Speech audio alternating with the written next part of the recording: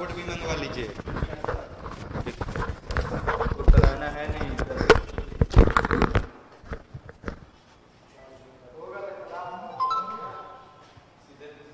संतोष भैया क्या करते पूछो, क्लास कैसे करो बंद।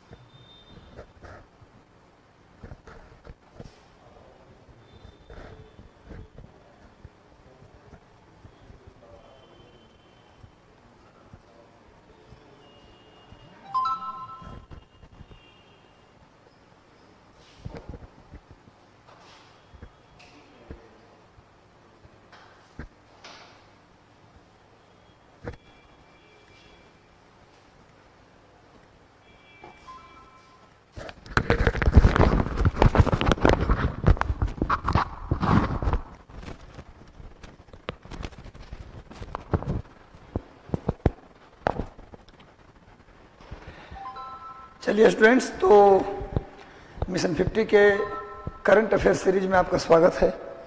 मेहनत करते रहिए, मेहनत करते रहिए, हमेशा ऊर्जावान बने रहिए। ऊर्जावान का मतलब ये है कि जो कुछ भी पढ़िए ताकत से पढ़िए। होता है ना कि एक ही तमाचा मारेंगे, दोबारा मारने किसी को अगर मारना है तो एक ही मारेंगे, लेकिन इतना जोर से मारेंगे कि भाग जाएगा वो। तो कहने का मतलब कि जो भी पढ़िए पूरी ताकत से पढ़िए, पूरी ऊर्जा से पढ़िए। सिलेक्शन होता है उनका जो लगातार रेगुलर रूटीन के साथ और रिवीजन के साथ पढ़ाई करते हैं। ये कहीं भी नहीं है कि भाग्य 1% 2% काम करता है।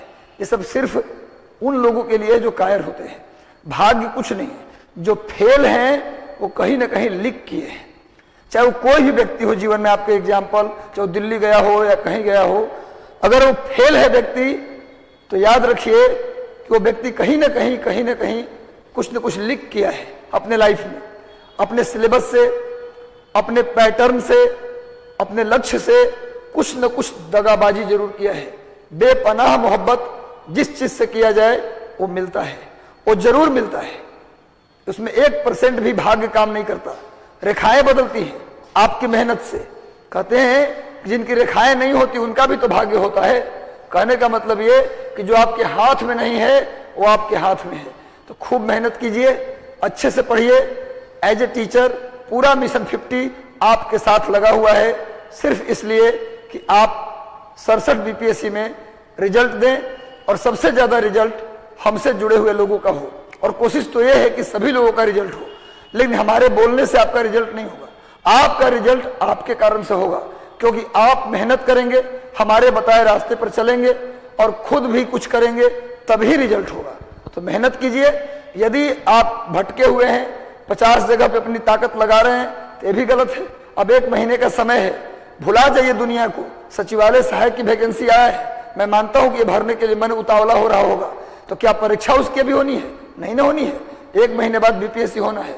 और लिख लीजिए, जो बीपीएससी का जीएस होता है ना, प्री का जीएस, वही सेम जीएस सचिवालय में भी आता है। ऐसा नहीं कि कहीं अलग से अलग दुनिया का जीएस उसके अंदर आता है। तो अगर बीपीएससी के लिए जीएस तैयार हो गया तो समझ जाइए कि सचिवालय सहायक का भी 75 क्वेश्चन आपका वहीं से आता है। इसलिए आप भुला जाइए दुनिया में कौन सी वैकेंसी आई है, कौन आएगी। हमें 8 तारीख को वो कर दिखाना है, जिससे कि अगले 6 महीने हम इस रेस में बने रहें। अगर फर्स्ट राउंड में ही अगर आप लीग मैच में ही हार जाते हैं तो फिर सेमीफाइनल और फाइनल कैसे खेल पाएंगे? तो अगले 6 महीने वही व्यक्ति रहेगा इस रेस में जिसका रोल नंबर लिस्ट में रहेगा बीपीएससी का, और उसका लिस्ट में नाम रहेगा जो रेगुलर पढ़ाई करेगा। और दूसरी बात कि अब इस 1 महीने में क्या करें, थोड़ी सी सुन लीजिए। इस 1 महीने में अब ज्यादा फोकस करना है रिवीजन पर, यानी कि अब डेली। पहले हम क्या बोलते थे कि वीक में 2 दिन रिवीजन कीजिए, लेकिन नहीं, अब मैं बोलूंगा कि वीक में 2 दिन नहीं, डेली 2-3 घंटा समय निकालिए रिवीजन के लिए। हर दिन 3 घंटा, यानी आप मान के चलिए कि 40 से 50% टाइम आपका अब होना चाहिए रिवीजन के लिए, और 50% टाइम होना चाहिए नया पढ़ने के लिए। तो यानी कि नया और पुराना आधा आधा कर लीजिए। रिवीजन 50%, यानी 10 घंटा पढ़ते तो 5 घंटा रिवीजन और 5 घंटा नया। उसके बाद जब 15 दिन और निकल जाए, यानी अंतिम 15 दिन बच जाए, तो फिर 70% रिवीजन, 30% नया। और अंतिम 5 दिन में बिल्कुल नया नहीं पढ़ना है, अंतिम 5 दिन में केवल रिवीजन करना है। और मैं ये कहूंगा कि एग्जाम सेंटर पर जाना है 8 तारीख को नहीं, बल्कि एक दिन पहले 7 को पहुंचना है और पढ़ाई छोड़ देना है। 7 तारीख को ही पढ़ाई छोड़ देना है। हो गया सो हो गया, ये बात मेरा मान लीजिए। तो चलिए, सबको शुभकामना। सपना चौहान, फिरदौस अफरीन, संजीत सिंह, निशा कुमारी, ओपी जैमर, प्रियंका हरावती कुमारी, मैं भी पूछूंगा, प्रिया केसरवानी, अंजलि, सबको शुभकामना। हमारा आशीर्वाद सबके साथ है। बस अब ताकत से दीजिए थप्पड़ बीपीएससी को, उसके सिलेबस को ऐसा मसलिए कि एक चोट में सब खत्म हो जाए। भैया लगे रहो, आग लगा दो, आग लगा देनी है, वो लकीर खींचनी है जो नजीर बन जाए। चलिए, तो पहला क्वेश्चन देखते हैं स्टूडेंट। वनडे क्रिकेट में थोड़ा रिवीजन, ये रिवीजन स्पेशल ध्यान रखिएगा, इसमें अपना स्कोर जोड़िएगा। इसमें स्कोर अपना जोड़िएगा कि आपका कितना याद है, एक एक करके बताइएगा। अंतिम में, लास्ट में जब ओवर करेंगे सेशन तो बता दीजिएगा आपका कितना स्कोर है। चलो भाई, सर इंग्लिश मीडियम में भी लाइए।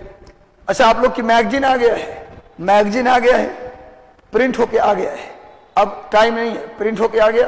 कल से यहाँ काउंटर से आप आके ले जा सकते हैं।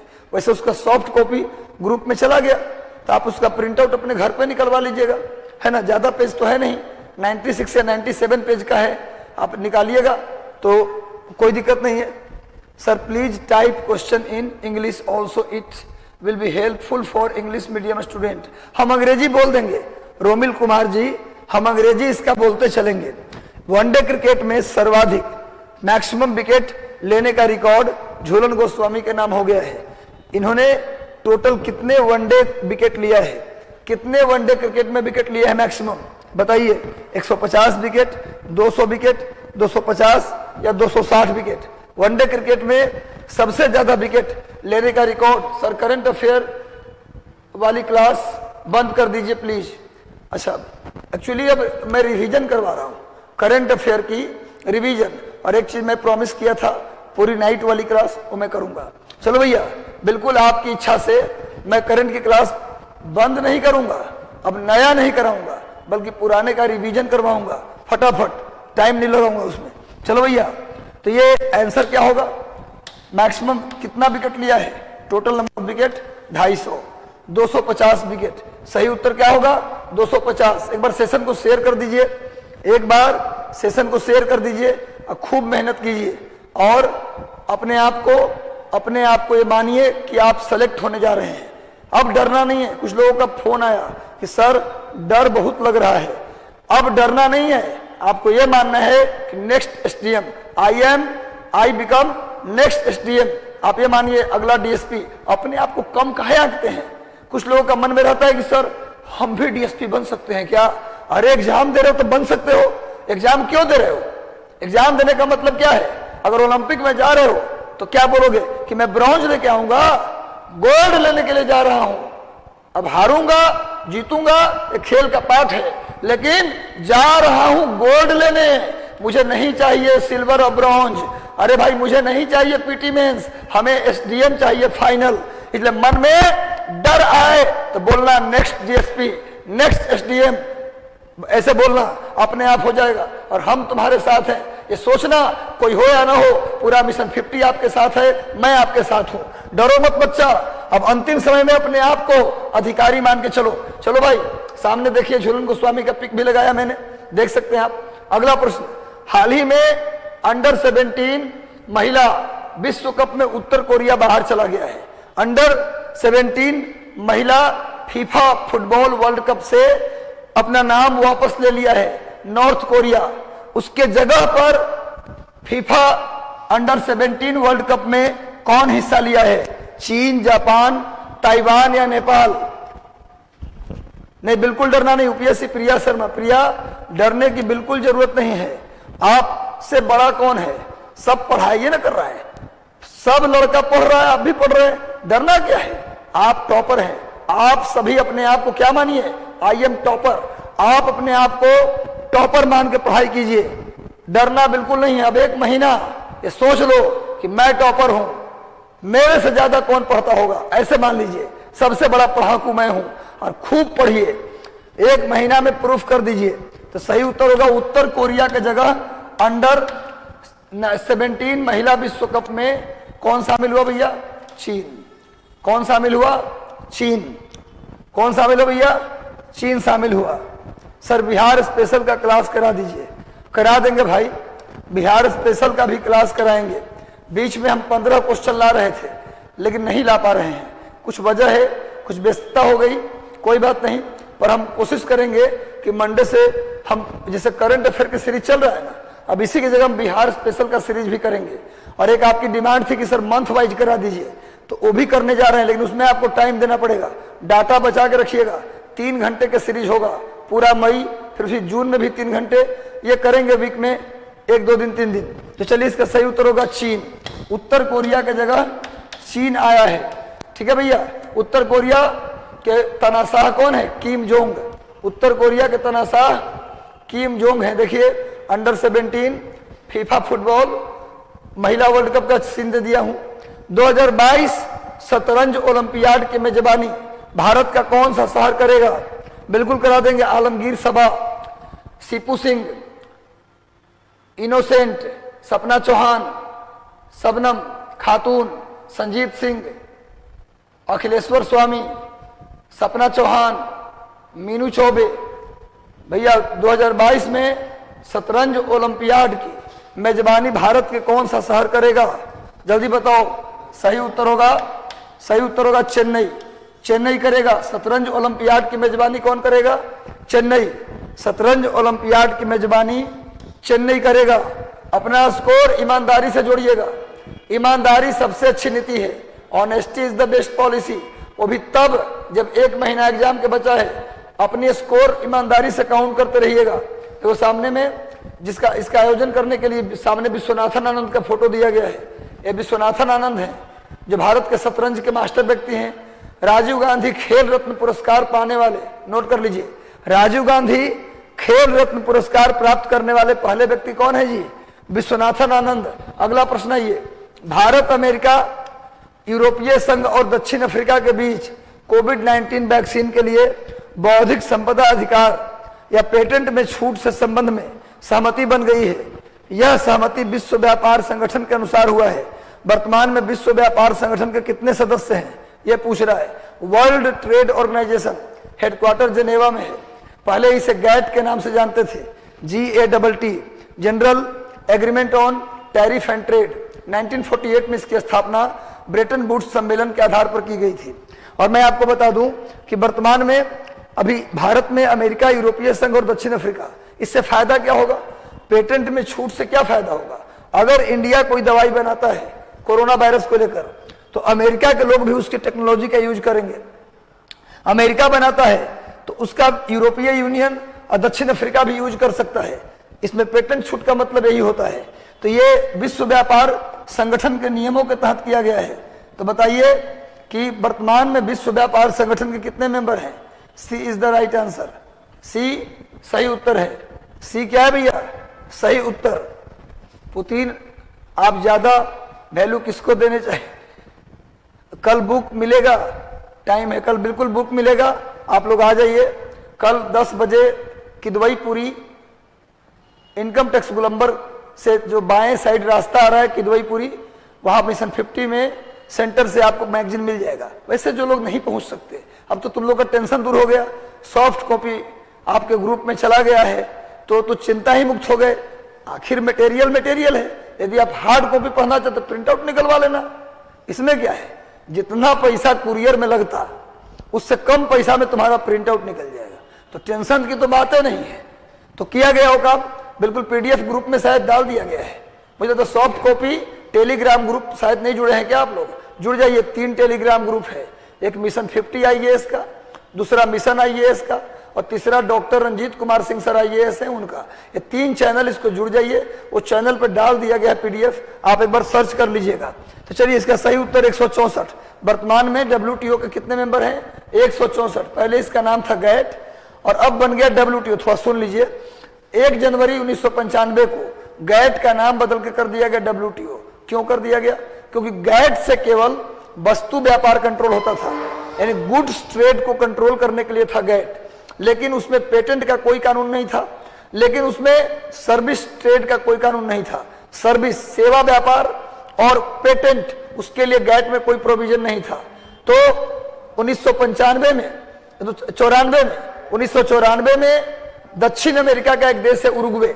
दक्षिण अमेरिका का एक देश उरुग्वे, उरुग्वे के राजधानी मोंटेविडियो में मीटिंग हुआ 1994 में, और उसमें कहा गया कि अब गैट में हम सर्विस ट्रेड और पेटेंट को शामिल करेंगे। जब पेटेंट को, सर्विस ट्रेड को गुड्स ट्रेड के साथ शामिल कर लिया गया, तो उसी का नाम बदल के कर दिया गया WTO। उसी का नाम बदल के क्या कर दिया गया? WTO कर दिया गया। समझ में आ रहा है? तो गैट की स्थापना 1948 और WTO की स्थापना 1995, और दोनों का हेडक्वार्टर कहां है? जेनेवा। इनकी स्थापना ब्रेटन वुड्स सम्मेलन के आधार पर की गई थी। भैया, जो जानकारी दे रहा हूं बड़ी बहुमूल्य जानकारी है। आगे आइए। भारतीय विरासत और संस्कृति के प्रति लोगों को, भारतीय विरासत और संस्कृति के प्रति लोगों को जागरूक करने को लेकर रामायण विश्वविद्यालय का निर्माण बिहार के किस जिले में हो रहा है? रामायण विश्वविद्यालय का निर्माण बिहार के, सर मुजफ्फरपुर मार्केट में बुक नहीं आया है, क्या करें? नहीं, पटना के मार्केट में मिलेगा। पटना के मार्केट में बुक रखवा दिया गया है, लेकिन मुजफ्फरपुर के मार्केट में नहीं है। तो क्या दिक्कत है मेरे भाई? ग्रुप, टेलीग्राम ग्रुप को ज्वाइन कर लीजिए, वहां इसका सॉफ्ट कॉपी चला गया है। और दिक्कत तो तब न है जब आपको नहीं मिलेगा, अब तो खुले ओपन ग्रुप है, आप उसको ज्वाइन करिए, वहां मिल गया। बाकी मुजफ्फरपुर और चंपारण इससे क्या है। चलिए, रामायण विश्वविद्यालय बिहार में कहां खोला जा रहा है? पश्चिमी चंपारण, सीतामढ़ी, वैशाली या पटना? रामायण विश्वविद्यालय कहां खोला गया भैया? सीतामढ़ी, वैशाली, पटना या पश्चिम चंपारण, बेतिया? बताओ भैया, रामायण विश्वविद्यालय। आंसर दे के काउंट करते चलिए कितना आपका स्कोर आ रहा है। सही उत्तर क्या होगा student? Vaishali. Vaishali is the right answer. Vaishali में रामायण विश्वविद्यालय की 100 रुपया में 97 पेज है। अरे देखो, 100 रुपया की वैल्यू है क्या? वैल्यू रिजल्ट का है। अगर कोई आपसे कहे कि हम 100 रुपया में हम आपको वो चीज दे रहे हैं जिससे आप 150 में से 32 प्रश्न कर लेंगे, तो 100 क्या 1000 रुपया भी देना पड़े तो दे देंगे हम, कोई दिक्कत नहीं है। इंपॉर्टेंट होता है कंटेंट का, कि आपको कंटेंट, आप ऐसे तो फ्री में मिल रहा है, आप आ जाइए मिशन 50, प्रिंट कराने का पैसा लग रहा है ना, मिशन 50 आ जाओ, फ्री में मिल रहा है जी। एक्चुअली क्या है कि पॉसिबल नहीं है अभी तत्काल पूरे बिहार के हर मार्केट में मटेरियल को भेजना। खैर, मैं आपके साथ हूं, पूरा मिशन 50 आपके साथ है, जितना पॉसिबल है काम किया जा रहा है। वैशाली लिच्छवी गणराज्य की राजधानी, 16 महाजनपद में एक जनपद था लिच्छवी, जिसकी राजधानी थी वैशाली। वहां के राजा था चेटक। दुनिया का पहला गणतंत्र, विश्व में पहला रिपब्लिक किसने दिया? दुनिया का पहला रिपब्लिक बिहार ने दिया, वैशाली ने दिया। तो वैशाली हमारा गर्व का विषय है। दुनिया को राज करना किसने सिखाया? वैशाली ने सिखाया। लिच्छवी न होता तो दुनिया राज करना नहीं सीखता, तो राज करना भी बिहार ने सिखाया। बिहार देखिए सामने रामायण विश्वविद्यालय जो वैशाली में बन रहा है, उसका एक हमने प्रिंट लिया है, आप इसको देखिए। चलिए नेक्स्ट आते हैं। ये सामने वाल्मीकि जी का चित्र दिया है, सामने भर राम लक्ष्मण बैठे हैं। वाल्मीकि रामायण, रामायण किताब किसने लिखी? वाल्मीकि ने, संस्कृत में। लेकिन अगर रामचरितमानस पूछे तो तुलसीदास होगा। क्वेश्चन आ जाए कि रामचरितमानस की रचना किसने की, तो गोस्वामी तुलसीदास। वो था अवधि में, उसका नाम था रामचरितमानस। लेकिन खाली पूछे रामायण किसने लिखी, तो वाल्मीकि ने लिखा। याद रखिएगा, संस्कृत में, और अवधि में लिखा गया रामचरितमानस। वैसे तुलसीदास के बारे में 2 मिनट सुन लीजिए। तुलसीदास अवधि और ब्रज दोनों भाषा पे पकड़ रखते थे। उनका ब्रज में भी रचना है और उनका अवधि में भी है। जितना वो अवधि जानते थे उतना ही वो ब्रज भी जानते थे। तुलसीदास की कई किताब हैं, जिसमें रामचरितमानस, नोट कर लीजिएगा, रामचरितमानस, दोहावली, कवितावली, जानकी मंगल, पार्वती मंगल, ये सारी किताबें किनकी है? हनुमान बाहु, ये सब तुलसीदास की किताबें हैं। नोट कर लीजिए। जो जानकारी दे रहा हूं नहीं मिलेगा कहीं, इस चैनल पर मिलेगा आपको। क्यों? क्योंकि आप ऐसे टीचर से पढ़ रहे हैं, सारे टीचर ऐसे हैं जो काफी मजे हुए लोग हैं, चाहे वो हिस्ट्री हो, चाहे वो साइंस हो, सभी टीचर अपने फील्ड के 10-20 साल के एक्सपीरियंस लेकर आए हैं। चलो भैया, तो मन लगा के पढ़िए, इसका फायदा उठाइए, इसका लाभ आपको उठाना है, ठीक है। तो चलिए, हाल ही में सड़क परिवहन राजमार्ग मंत्री नितिन गडकरी ने भारत की पहली हाइड्रोजन फ्यूल कार लॉन्च किया है। यह कार किस कंपनी ने बनाया है? सब लोग बताइए। यस सर, टेलीग्राम में PDF डाल दिया गया है। बिल्कुल दिनेश जी, केएस जी, टोयोटा मिनी, बिल्कुल बिल्कुल सही बात है। सपना चौहान, निकिता, तनु, पुतीन साहब, अर्चना यादव, कृष्णा कुमार, माला सिंह, सब लोग जुड़ जाइए। जैकी भाई, जो बाइडेन, और जितने लोग जुड़े हैं सभी को हमारे तरफ से दिल के गहराइयों से आशीर्वाद, शुभकामना। तो भैया, आपकी सफलता हमारा इस गला बैठने का पुरस्कार होगा। जिस दिन अपना रोल नंबर दिखाओगे कि सर आपके करंट पढ़ाने से हमारा रोल नंबर आ गया, वहां हमें समझो सारा पैसा मिल गया, सारी पुरस्कार हमें मिल गया। भाई, वो दिन मुझे दिखाओ, ये तुम दिखाओगे। मैंने बार बार कहा है, previous paper, previous paper, previous paper, 2 घंटा रोज प्रीवियस पेपर बनाना है, यूपी, बिहार, झारखंड का, और 2 घंटा करंट, अब बाकी समय 4 घंटा बायोलॉजी, केमिस्ट्री और मॉडर्न हिस्ट्री, अब बाकी रिवीजन पर समय दीजिए। चलो भैया, रिजल्ट कैसे नहीं होगा? इसका सही उत्तर होगा टोयोटा मोटर। किसने बनाया? भारत का पहला hydrogen fuel car Toyota motor ने बनाया है। टोयोटा मोटर ने बनाया है। हाइड्रोजन फ्यूल कार भारत का पहला टोयोटा मोटर बनाया है। इसका उद्घाटन किसने किया? सड़क परिवहन मंत्री नितिन गडकरी। टोयोटा मोटर भारत का पहला हाइड्रोजन फ्यूल कार का मैंने चित्र भी लिया है। भारत का पहला हाइड्रोजन फ्यूल कार का चित्र भी दिया है, देखिए आप लोग। चलो भैया आगे बढ़ते हैं। अगला प्रश्न, हाल ही में किस संगठन के द्वारा भारत और इंडोनेशिया से आयात होने वाले स्टील उत्पादों पर एंटी डंपिंग ड्यूटी लगाने का ऐलान किया है? विश्व व्यापार संगठन, यूरोपियन यूनियन, G20 या G7? किसने एंटी डंपिंग ड्यूटी लगाने का निर्णय लिया है? जल्दी बताइए, किस संगठन के द्वारा भारत और इंडोनेशिया, पूरे दुनिया पर नहीं, केवल इंडोनेशिया और भारत पर एंटी डंपिंग ड्यूटी कौन लगाएगा? भैया एंटी डंपिंग ड्यूटी क्या होता है? डंप का मतलब जमा करना, मतलब ऐसा टैक्स जिससे किसी देश का माल अपने देश में ज्यादा ना आए। मान लो इंडिया चाहे कि हम चीन का वस्तु भारत में कम यूज करें, चीन का सामान कम मंगवाएं, तो क्या करेगा इंडिया? चीन से आने वाली वस्तु पर ज्यादा टैक्स लगा देगा। इसी को बोलते हैं एंटी डंपिंग ड्यूटी। समझ में आ रहा है क्या हुआ? कोई देश किसी देश पर एंटी डंपिंग ड्यूटी क्यों लगाता है?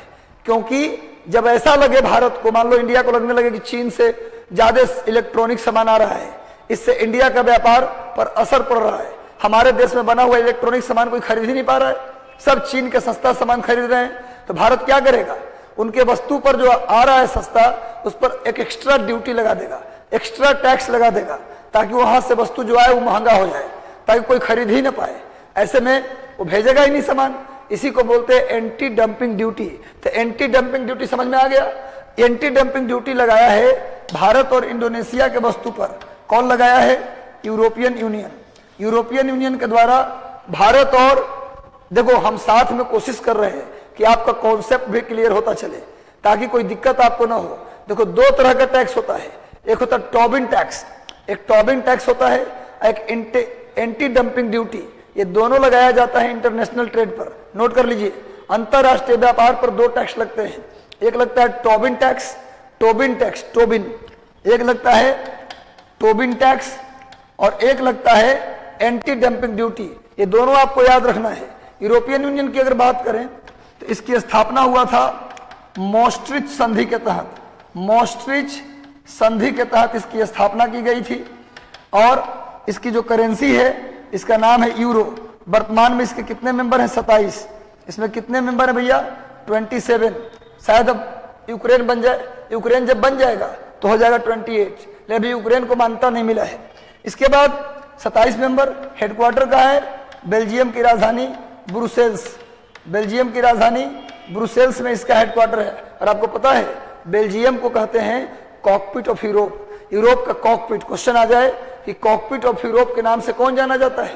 कॉकपिट ऑफ यूरोप के नाम से कौन जाना जाता है? बेल्जियम।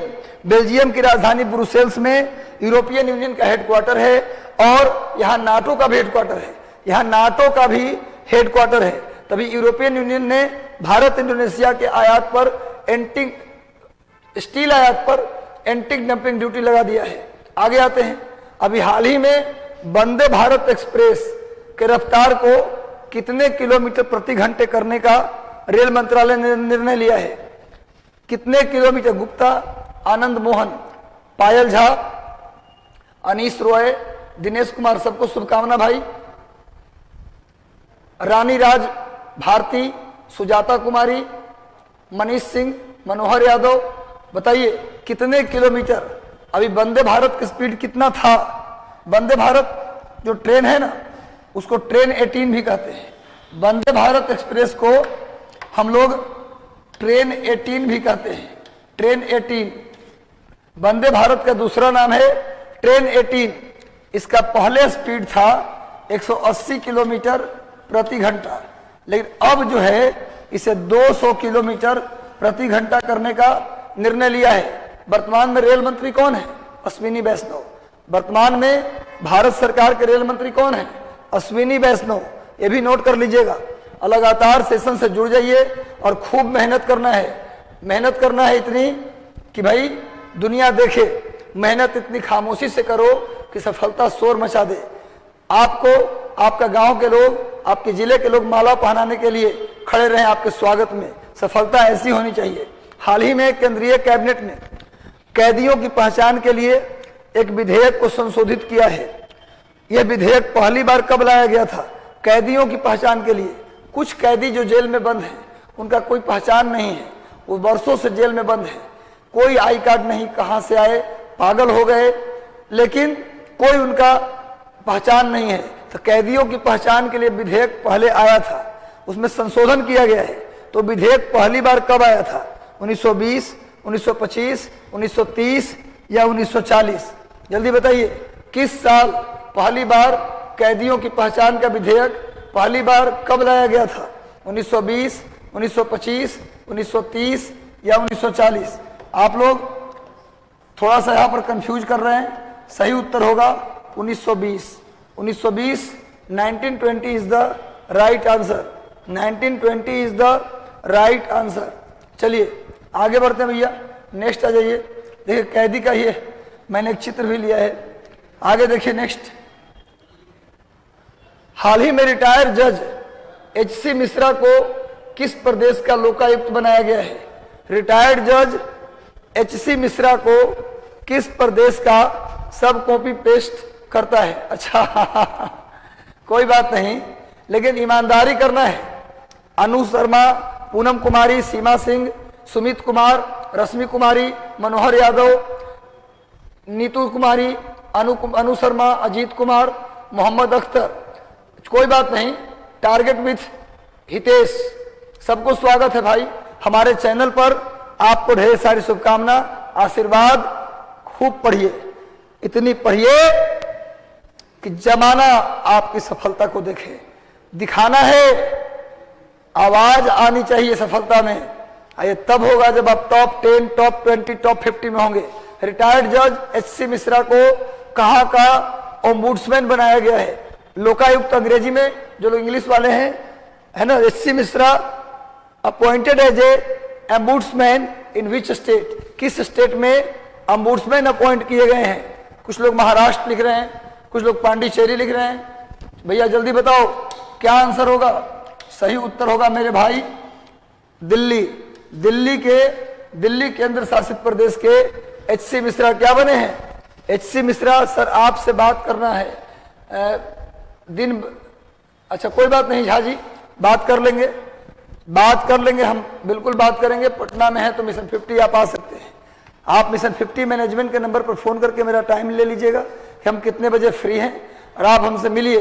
कोई दिक्कत नहीं, जितने भी बच्चे जुड़े हैं, अगर आप मिशन 50 आएंगे तो हमारे पास टाइम होता है, घंटा 2 घंटा आपको हम दे सकते हैं। बिल्कुल चिंता ना करें। ये पूरा जीवन छात्रों के नाम रहा है। 2001 से पढ़ा रहा हूं, विश्वास नहीं होता होगा लेकिन सच बोल रहा हूं। विद्या मंदिर में कभी झूठ नहीं बोला जाता है। 2001 से पढ़ा रहा हूं, 4.5 लाख बच्चों को पढ़ाया है। पूरे उत्तर भारत में जितने यूनिवर्सिटी हैं, जयपुर विश्वविद्यालय, आगरा विश्वविद्यालय, JNU, DU, कुरुक्षेत्र विश्वविद्यालय, लखनऊ विश्वविद्यालय, BHU, Patna university, Muzaffarpur Bihar university, हर जगह के बच्चों को पढ़ाया। 4.5 लाख।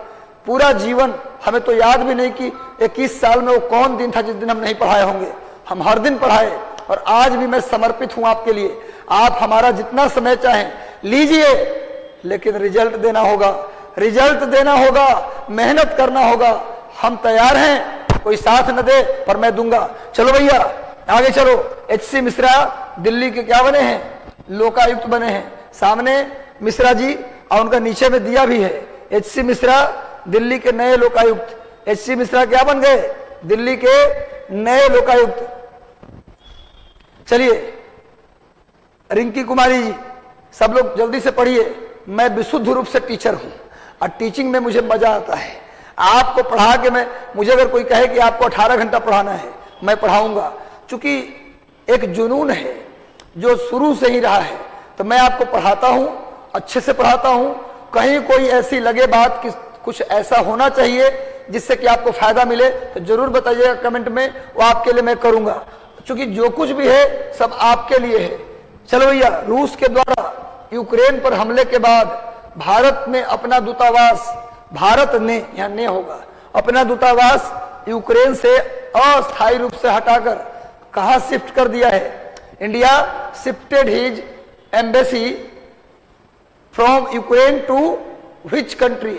जल्दी बताइए, किस कंट्री में भारत ने अपने दूतावास को नॉन परमानेंट एंड टेम्पोररी रूप से India shifted his embassy temporarily from Ukraine to which country? बताइए, बुल्गारिया, रोमानिया, पोलैंड या लातविया? बुल्गारिया, रोमानिया, पोलैंड या लातविया? लगता है इसमें सभी लोग सही उत्तर दे रहे हैं, सब लोगों ने सही उत्तर दिया है, किसी का इसमें गलत उत्तर नहीं है। Poland is the right answer, Poland सही उत्तर है। भारत ने अपने एम्बेसी को पोलैंड शिफ्ट कर दिया। पटना में मिलेगा करंट का बुक किदवईपुरी, इनकम टैक्स कोलंबर के पास एक इलाका है किदवईपुरी। जैसे ही आप किदवईपुरी में इंटर करिएगा, मिशन 50 का बोर्ड आपको दिख जाएगा। कल 10-11 बजे तक आ जाइए, शाम तक होते होते हो सकता है गायब हो जाए, क्योंकि कम से कम 10,000 प्रति है, तो मुझे लगता है कि 10,000 बच्चे आ जाएंगे, हमको ही विश्वास है, क्योंकि आना ही आना है।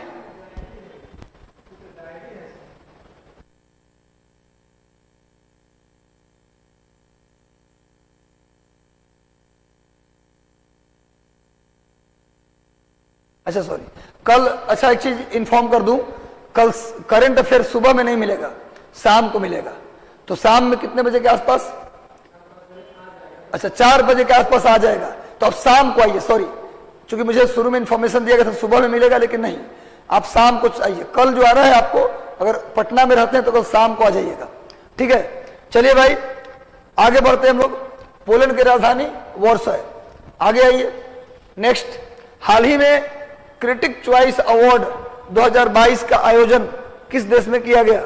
क्रिटिक चॉइस अवार्ड 2022 का आयोजन कहां किया गया? America, Germany, Canada, Mexico? America, Germany, Canada या मैक्सिको? क्रिटिक चॉइस अवार्ड का आयोजन किस देश में किया गया?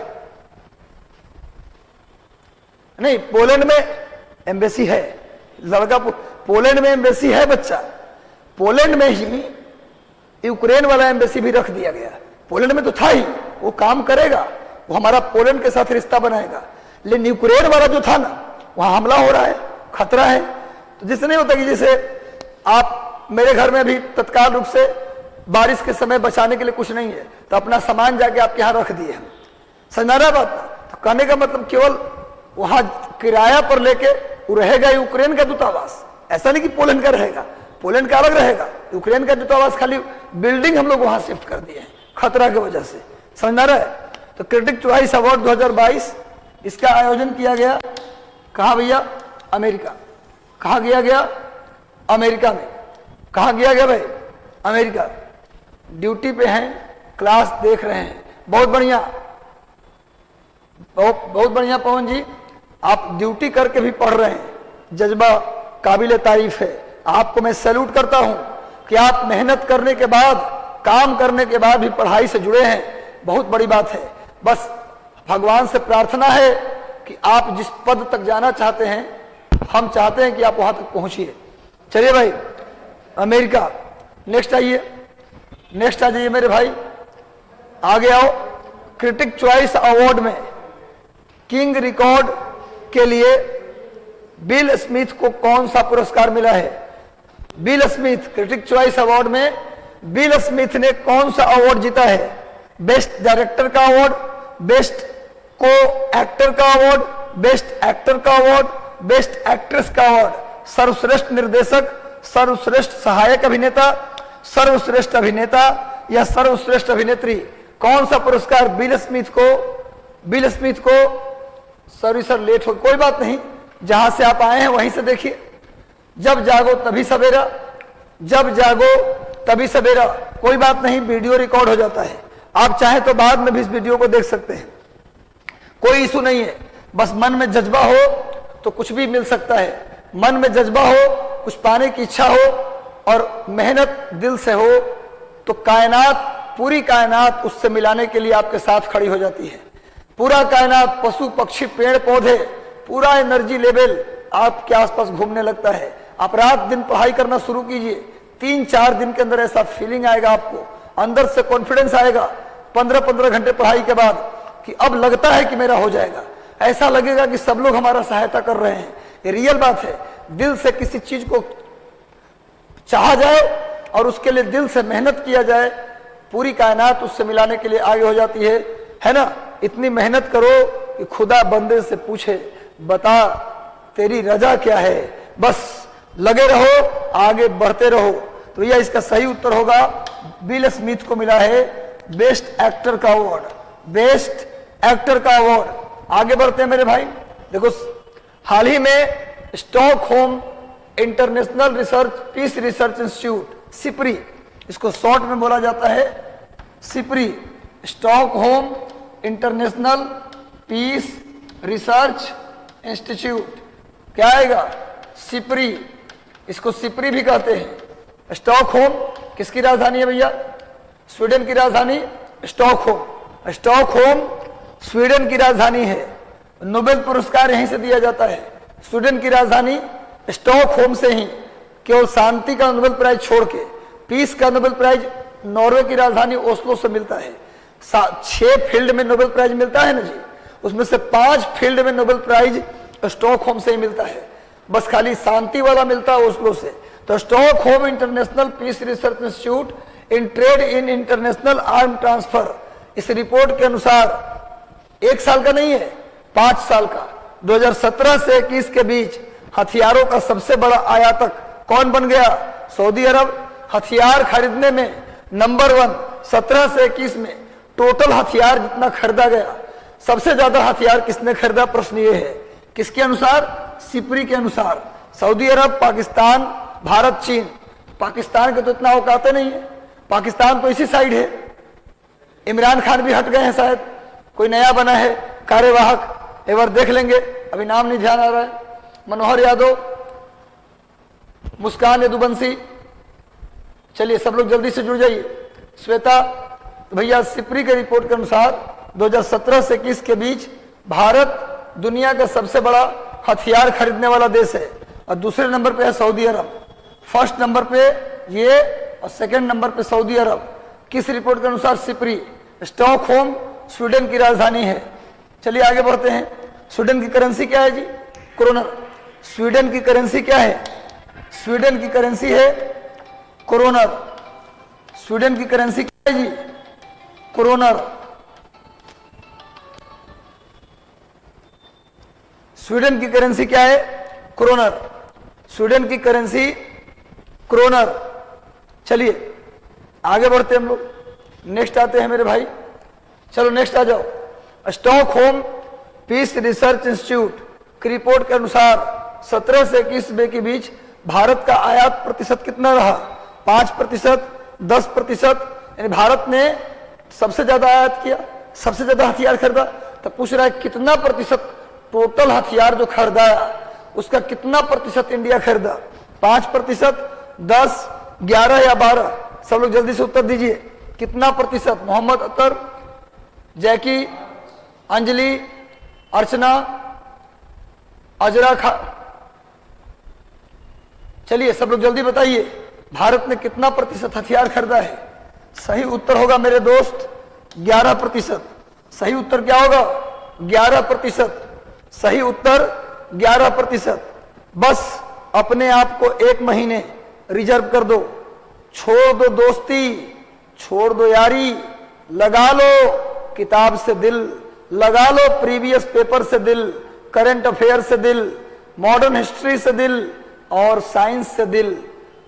रिजल्ट होगा और 100% होगा, लेकिन प्रीवियस पेपर पर कमांड करना जरूरी है, कम से कम यूपी, बिहार और झारखंड। चलो भैया, ये जो बोलता हूं ना, ये जो निकलता है मेरे मुंह से ना, ये मोती निकलता है, मोती, क्योंकि ये अपने अनुभव से बताता हूं, किसी का सुन के नहीं या ना किसी का पढ़ के। मैं खुद लगातार जितनी बार बीपीएससी दिया, अकेला आयोग है जिसका प्री कभी फेल नहीं किया हूं, कभी नहीं फेल किया। तो जो दे रहा हूं ना, मान लो 100% प्री होगा, नहीं होने का तो बातें नहीं है जी। चलो नेक्स्ट आ जाओ, आगे आओ, नेक्स्ट आ जाओ भाई। हाल ही में एक मैं वीडियो बनाया था कि क्या पढ़ना चाहिए कौन से विषय में, उसको ढूंढ लेना, इसी चैनल पे है, उस वीडियो को देख लेना। उसमें मैंने डिटेल बताया कि हिस्ट्री में क्या पढ़ना है, पॉलिटी में क्या पढ़ना है, ज्योग्राफी में क्या, इकोनॉमी में क्या। और एक वीडियो बनाए थे खुद रंजीत सर, उसमें साइंस का उन्होंने बताया था कि साइंस में क्या पढ़ना है। ये दोनों वीडियो देख लो अच्छे से और उसके अकॉर्डिंग 1 महीना पढ़ लो, रिजल्ट कहीं नहीं जाएगा। चलो भैया, फ्रांस के राजधानी पेरिस में एफिल टावर की ऊंचाई 6 मीटर बढ़ा दिया गया है। एफिल टावर की ऊंचाई को 6 मीटर। दिन बंधु झा बिल्कुल बात करेंगे, बोलते रहो बात करेंगे। हम भाग कहाँ रहे, आइएगा तब ना, कोचिंग आ जाइए, आपसे बिल्कुल बात करेंगे। अगर हम कोचिंग में नहीं भी होंगे तो यदि आप आएंगे तो हम आ जाएंगे। हम आपके साथ हर पल में हैं भैया, बस रिजल्ट देना है झा जी। चलो भैया, फ्रांस के पेरिस में एफिल टावर की हाइट 6 मीटर बढ़ गया, 6 मीटर बढ़ा, जिससे अब कितना हाइट हो गया, 200 मीटर, 230 मीटर, 330 मीटर या 300 मीटर। जल्दी बताओ, एफिल टावर की हाइट जिन्होंने बताया है 330 मीटर, उनका बिल्कुल सही है, 330 मीटर। पहले हाइट कितना था, पहले हाइट था 324 मीटर हाइट था। अब इसकी हाइट कितना हो गया, 6 मीटर बढ़ गया, 6 मीटर बढ़ गया तो 324 प्लस 6 330 मीटर हो गया। एफिल टावर कहाँ है जी, पेरिस में।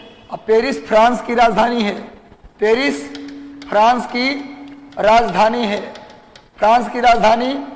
और पेरिस किस नदी के किनारे है, सीन नदी के किनारे है। पेरिस में किसका हेडक्वार्टर है, यूनेस्को। यूनेस्को का हेडक्वार्टर कहाँ है जी, पेरिस में है। यूनेस्को का मुख्यालय कहाँ है, पेरिस में। चलिए आगे बढ़ते हैं, नेक्स्ट आ जाइए। ये देखिए सामने, ये एफिल टावर है भाई, सामने में देखिए, ये एफिल टावर का चित्र मैंने लगाया है, देख लीजिए। नेक्स्ट आइए, किसने, अगला पॉइंट, किसने एसोचैम के सबसे जिम्मेदार संगठन का उत्कृष्टता पुरस्कार जीता है। एसोचैम एक संगठन है, एसोचैम एक संगठन है जिसमें सबसे ज्यादा रिस्पॉन्सिबल ऑर्गेनाइजेशन का अवार्ड किसे दिया गया है, सबसे अधिक रिस्पॉन्सिबल ऑर्गेनाइजेशन का अवार्ड किसे दिया गया, Mumbai metro, Bengaluru metro, Delhi metro या चेन्नई मेट्रो। जल्दी बताइए किसे दिया गया रिस्पॉन्सिबल ऑर्गेनाइजेशन का अवार्ड किसे दिया गया। आप गेस भी कर सकते हैं, अभी टॉप पे चल रहा है दिल्ली मेट्रो। किसे मिला है भैया, दिल्ली मेट्रो। बहुत अच्छा उत्तर, सभी लोगों ने लगभग सही उत्तर दिया, दिल्ली मेट्रो इसे मिला है भैया जिम्मेदार संगठन का राष्ट्रीय पुरस्कार। चलिए आगे बढ़ते हैं, नेक्स्ट आ जाइए। हाल ही में द कश्मीर फाइल मूवी को टैक्स फ्री अब तो कई राज्यों ने कर दिया, अतः इस प्रश्न का कोई ज्यादा औचित्य नहीं है। हालांकि ऑप्शन के अकॉर्डिंग अगर देखें तो टैक्स फ्री इसमें से किया है बिहार ने, बिहार ने टैक्स फ्री किया है। वैसे जम्मू कश्मीर ने भी कर दिया, मध्य प्रदेश ने भी कर दिया, गुजरात ने भी कर दिया, इन सब ने कर दिया है टैक्स फ्री। कश्मीर फाइल के डायरेक्टर का नाम बताइए, कश्मीर फाइल के डायरेक्टर का नाम आप लोग बताइए। कश्मीर फाइल बड़ी चर्चा में रहा, पॉलिटिशियन, संसद से लेकर सड़क तक, संसद से लेकर सड़क तक, सिनेमा हॉल से लेकर घर तक खूब चर्चा में रहा कश्मीर फाइल। इसके डायरेक्टर कौन है, विवेक अग्निहोत्री। आगे आते हैं, हाल ही में सचिव शशिकांत शर्मा का नाम किस घोटाले से जोड़ा जा रहा है, रक्षा सचिव यहां होगा। हाल ही में पूर्व रक्षा सचिव डिफेंस सेक्रेटरी का नाम, शक्तिकांत शर्मा का नाम, शशिकांत शर्मा का नाम किस घोटाले से जोड़ा जा रहा है, डिफेंस सेक्रेटरी। हाल ही में डिफेंस सेक्रेटरी शशिकांत शर्मा है, अभी हाल ही में इन पर जांच हुआ है, सीबीआई जांच हो रही है। तो शशिकांत शर्मा पूर्व रक्षा सचिव है, डिफेंस सेक्रेटरी हैं, कांग्रेस के जमाने में थे ये। इनका जो संबंध किस घोटाले से है, हेलीकॉप्टर सौदा घोटाला, मिसाइल खरीद घोटाला, हथियार घोटाला या इनमें से कोई नहीं। जल्दी बताइए किस घोटाले से शशिकांत शर्मा जो फॉर्मर डिफेंस सेक्रेटरी थे उनका नाम जोड़ा जा रहा है। जल्दी बताइए, हेलीकॉप्टर सौदा घोटाला, मिसाइल खरीद घोटाला, हथियार घोटाला। सही उत्तर होगा हेलीकॉप्टर सौदा घोटाला। हेलीकॉप्टर सौदा घोटाला, इसमें इन्होंने घोटाला किया जिससे इन पर जांच हो रही है। खैर, जो गलत है वो गलत है। नेक्स्ट यही है भैया, शशिकांत शर्मा जिन पर जांच चल रहा है, ये पूर्व डिफेंस सेक्रेटरी थे, इन्होंने हेलीकॉप्टर सौदा में घोटाला किया, जिससे इन पर जांच चल रहा है। आगे बढ़िए। हाल ही में किस देश ने यूरोपीय मानवाधिकार परिषद की सदस्यता छोड़ दी है? हाल ही में कौन से कंट्री ने यूरोपीय मानवाधिकार परिषद की सदस्यता छोड़ दी है? जल्दी बताइए। आप लोग सभी लोग जल्दी से जुड़े रहिए, कोई कहीं जाएगा नहीं। यूरोपीय मानवाधिकार परिषद की सदस्यता किसने छोड़ दी? आप बताइए किसने छोड़ा होगा? भैया बिल्कुल सही, सभी लोग सही उत्तर दे रहे हैं। बहुत टैलेंटेड लोग आप हैं, बहुत बढ़िया, बेहतरीन आंसर। ऐसे ही पढ़ते रहिए। आप लोग कभी कभी दिल खुश कर देते हैं। रूस ने छोड़ा है। जब सब जगह से इसे निकाला जाएगा तो बेचारा एक आध जगह कहाँ रहेगा, वहां से भी निकल जाएगा। आपको यदि सारे घर से निकाल दे, एक घर में छोड़ दे, तो इससे अच्छा न है जी वो घर जो बचा हुआ वो आप ही छोड़ दीजिए। जब निकालिए दिया गया तो हम क्यों रहें? तो यूरोपीय मानवाधिकार परिषद की सदस्यता रूस ने छोड़ दी है। रूस के राष्ट्रपति व्लादिमीर पुतिन है और रूस की राजधानी है मॉस्को। मॉस्को मस्कोवा नदी के किनारे है। रूस की राजधानी मॉस्को मस्कोवा नदी के किनारे है। और दुनिया का सबसे लंबा रेलवे रूट, दुनिया का सबसे लंबा रेलवे रूट कहाँ है? रूस में। दुनिया का सबसे लंबा रेलवे रूट कहाँ है? रूस में। उसका नाम है ट्रांस साइबेरियन रेलवे। दुनिया की सबसे लंबी railway Trans Siberian railway. Note कर लीजिए, जो कहां से किसको जोड़ता है? जो मॉस्को को व्लादिवोस्टोक से जोड़ता है। नोट कर लीजिए, ट्रांस साइबेरियन रेलवे। जी सर, आई एम स्ट्रॉन्ग। बिल्कुल स्ट्रॉन्ग है भैया। आप लोग स्ट्रॉन्ग नहीं है, स्ट्रॉन्गर भी नहीं है, स्ट्रॉन्गेस्ट हैं। चलो भैया, चलो मेरे पहलवानों, सेनापतियों, रूस के दुनिया का सबसे लंबा railway route Trans Siberian railway, जो मॉस्को को व्लादिवोस्टोक से जोड़ता है। चलिए भैया, यूरोपियन मानवाधिकार परिषद का मैंने चित्र लिया है, जिसकी सदस्यता रूस ने छोड़ दी है। आगे आइए। इंदरवीर निज्जर को किस राज्य में प्रोटेम स्पीकर नियुक्त किया गया है? कर दो मुझे अक्षय राय। क्या भैया आपस में लड़ाई कर रहे हैं? आंसर करिए। सब लोग हमारे दिल के करीब हैं, कोई हमसे अलग नहीं। हम किसी को ज्यादा वैल्यू नहीं देते, न किसी को कम देते। मेरे लिए हर विद्यार्थी हीरा है, मेरे लिए हर विद्यार्थी प्लेटिनम है। तुम हो तो मैं हूं, तुम्हारे बिना हमारा कोई अस्तित्व नहीं। तुम हो तो मैं हूं। भैया रिजल्ट लेकर आओ, हम गुलदस्ता और सॉल लेकर आपका स्वागत करेंगे। चलो, प्रोटेम स्पीकर इंदरवीर सिंह निज्जर। इंदरवीर सिंह निज्जर को पंजाब राज्य का प्रोटेम स्पीकर नियुक्त किया गया है। और मैं बता दूं, विधानसभा के लिए प्रोटेम स्पीकर की नियुक्ति राज्यपाल करते हैं और लोकसभा के लिए प्रोटेम स्पीकर की नियुक्ति राष्ट्रपति करते हैं। विधानसभा के लिए प्रोटेम स्पीकर का मतलब क्या? अस्थायी अध्यक्ष। मतलब कि सारे विधायकों को शपथ दिलाने के लिए। जैसे ही विधायक को शपथ हो जाएगा फिर उसमें परमानेंट स्पीकर चुन लिया जाएगा। उस तरह लोकसभा में भी होता है। लोकसभा भंग तो नया चुनाव हो गया लोकसभा का, तो जितने सांसद हैं उनको तभी सांसद माना जाएगा जब वो शपथ ले लेंगे। तो उसमें जो सीनियर मोस्ट व्यक्ति होता है उसे राष्ट्रपति क्या करते हैं? शपथ दिला देते हैं। अब बोलते हैं कि आप सबको शपथ दिलाने तक के लिए क्या बन जाइए? स्पीकर। उसी को बोलते हैं प्रोटेम स्पीकर। उसकी नियुक्ति केंद्र में करते हैं राष्ट्रपति और राज्य में करते हैं राज्यपाल। तो चलो भैया, पंजाब के बने हैं इंदरवीर सिंह निज्जर, पंजाब के प्रोटेम स्पीकर नियुक्त हुए हैं। देखिए सामने, ये इंदरवीर सिंह निज्जर हैं, जिन्हें प्रोटेम स्पीकर वहां के गवर्नर शपथ दिला रहे हैं। देख लीजिए। चलो भाई आगे, बहुत बेस्ट सेशन हो रहा है। आज के सेशन में मुझे कोई हड़बड़ाहट नहीं है, बिल्कुल आसानी से और शांत तरीके से बहुत सारा कॉन्सेप्ट मैं इकोनॉमिक्स का क्लियर किया हूँ। आज बहुत सारा कॉन्सेप्ट पॉलिटी का क्लियर कर रहा हूँ। हाल ही में जापान के किस हिस्से में भूकंप के झटके महसूस किए गए और चेतावनी दी गई? उत्तरी जापान, दक्षिणी जापान, पूर्वी जापान या पश्चिमी जापान?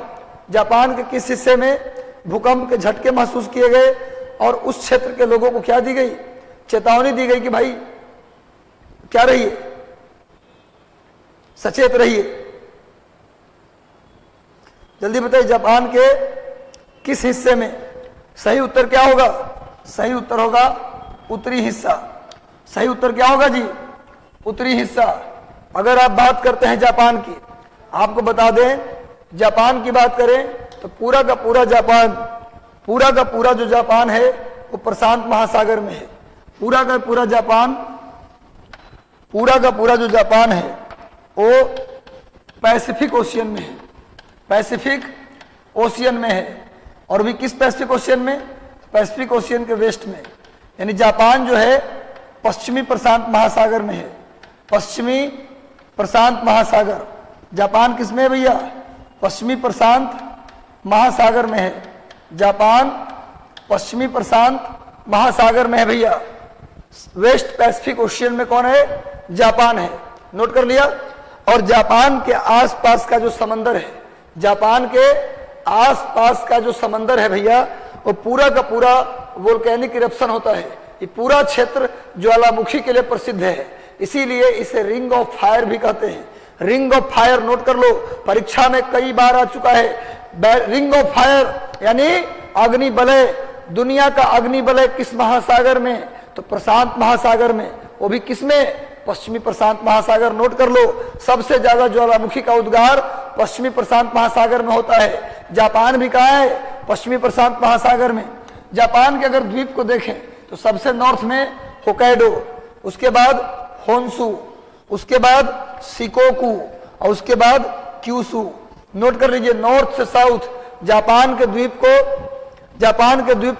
हाँ बिल्कुल संपूर्ण जापान प्रशांत महासागर के पश्चिम में है, और यहीं पर पश्चिम में रिंग ऑफ फायर भी है। रिंग ऑफ फायर क्यों? क्योंकि ज्वालामुखी फट रहा है। चलो भैया, नॉर्थ से साउथ अरेंज करना हो, होकाइडो, होन्शु, शिकोकू और क्यूशु, यानी HHSK, यही ना होगा जी, HHSK, होकाइडो, होन्शु, शिकोकू और क्यूशु। चलिए भैया, ये 66वीं बीपीएससी में आया था एरिया के हिसाब से अरेंज करने के लिए। चलो नेक्स्ट आते भैया, नेक्स्ट आओ। किस देश के विदेश मंत्री वांग ई मार्च के अंत में भारत की यात्रा कर चुके? करने वाले नहीं है, उस समय करवाए थे तो कर रहे थे। मार्च के अंत में भारत आए वांग ई, ये किस देश के विदेश मंत्री हैं? रूस, चीन, दक्षिण कोरिया या इंडोनेशिया?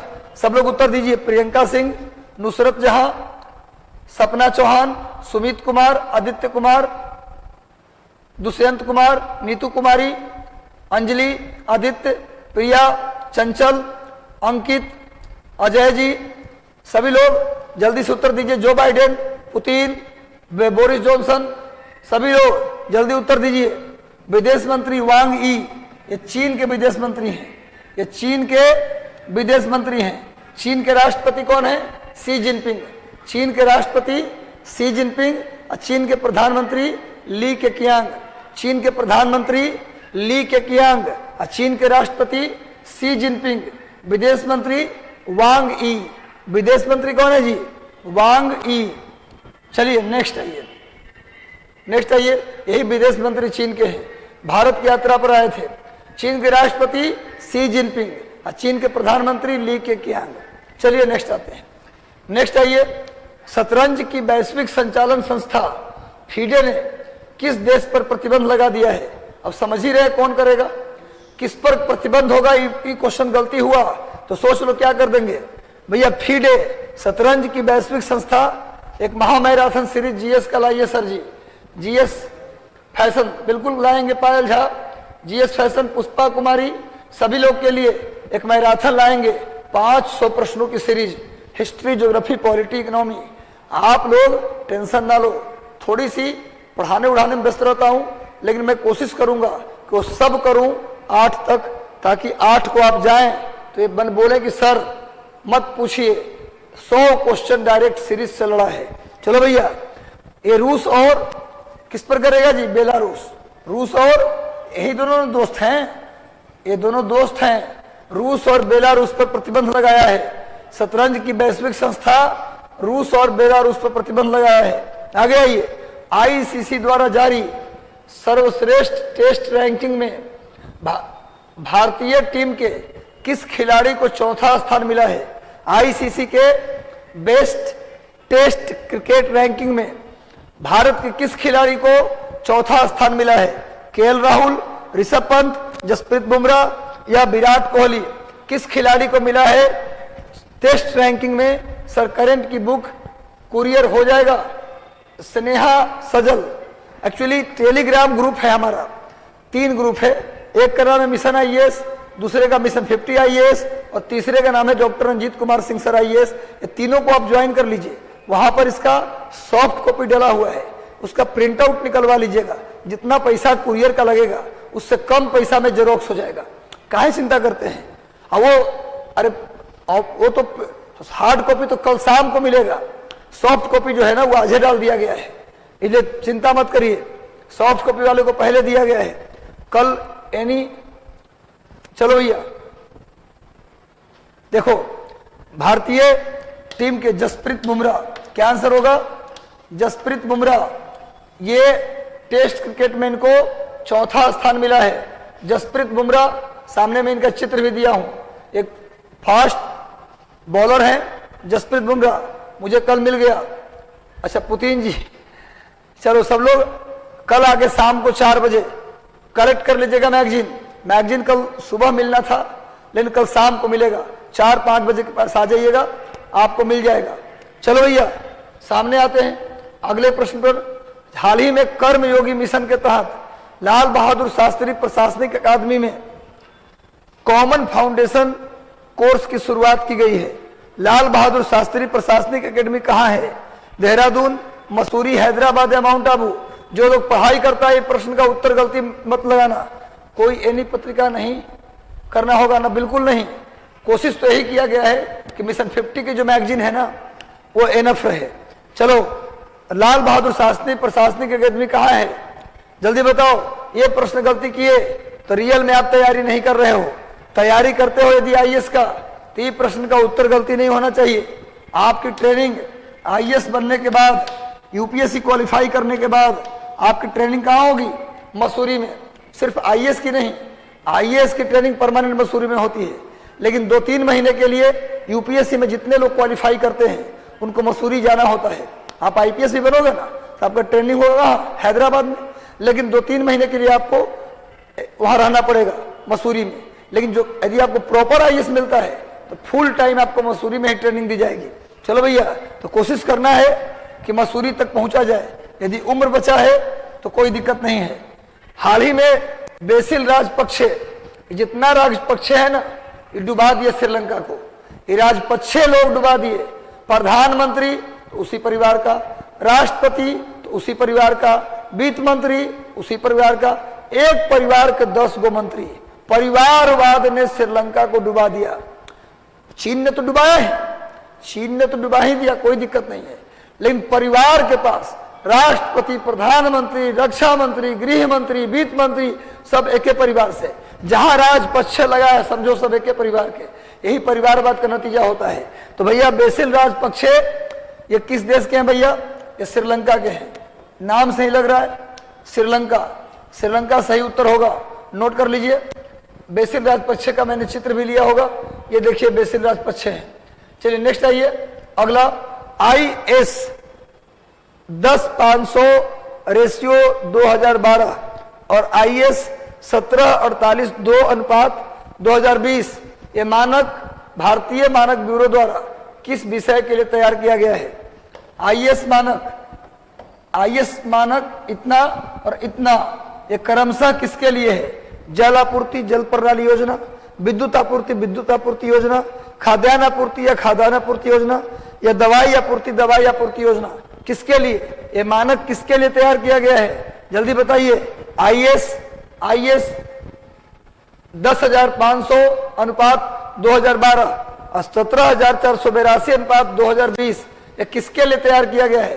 तो सही उत्तर होगा ए, जल आपूर्ति और जल प्रणाली योजना। जल आपूर्ति और जल प्रणाली योजना के लिए तैयार किया गया, इसको याद करिएगा। नेक्स्ट आते हैं हम लोग। आर्थिक समीक्षा 2021-22 में भारत की अर्थव्यवस्था के विकास का दर का अनुमान कितना लगाया गया है? आर्थिक समीक्षा कौन पेश करते हैं? वित्त मंत्री।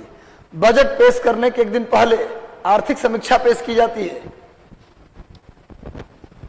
बजट पेश करने के एक दिन पहले आर्थिक समीक्षा पेश की जाती है। मेरे भाई, आर्थिक समीक्षा वित्त मंत्री पेश करते हैं। कब? 31 जनवरी को। पहले आर्थिक समीक्षा 27 फरवरी को पेश होता था, अब 31 जनवरी को पेश होता है मोदी जी के आने के बाद। तो इस आर्थिक समीक्षा में भारत के विकास दर का कितना अनुमान लगाया गया है? भारत के विकास दर का अनुमान कितना लगाया गया है? 9.3%। 9.3%, नोट कर लीजिए। 9.3%। सभी लोग जुड़े रहिए और जल्दी जल्दी प्रश्नों का उत्तर कीजिए और अंत में बताइएगा आपका स्कोर कितना रहा। आर्थिक समीक्षा 2021-22 के अनुसार अंतरराष्ट्रीय मुद्रा कोष IMF ने भारत के जीडीपी का अनुमान 2021-22 में कितने प्रतिशत रहने का लगाया है? 8%, 9%, 10% या 11%? जल्दी बताइए भाई। आर्थिक समीक्षा 21-22 के अनुसार इंटरनेशनल मॉनेटरी फंड अंतरराष्ट्रीय मुद्रा कोष जिसका हेडक्वार्टर वाशिंगटन DC में है, उसने भारत के जीडीपी को 21-22 में कितने रहने का अनुमान लगाया है? 8%, 9%, 10% या 11%? जल्दी बताइए, सब लोग जल्दी से उत्तर दीजिए। चलिए, सभी लोग सही उत्तर दे रहे हैं, कुछ लोगों का आंसर गलत है। 9%। IMF ने 9% रहने का अनुमान लगाया है और IMF का हेडक्वार्टर कहाँ है जी? Washington DC। नोट कर लीजिएगा, IMF का हेडक्वार्टर है वाशिंगटन DC में। चलिए आगे बढ़ते हैं। आर्थिक समीक्षा 21-22 के अनुसार नवंबर 2021 तक भारत का विदेशी मुद्रा भंडार फॉरेक्स रिजर्व, विदेशी मुद्रा भंडार को शॉर्ट में क्या बोलते हैं? Forex reserve, foreign currency reserve, उसमें इंडिया का रैंक कैवा है? पूछ रहा है। इकोनॉमिक सर्वे 2021-22 इंडिया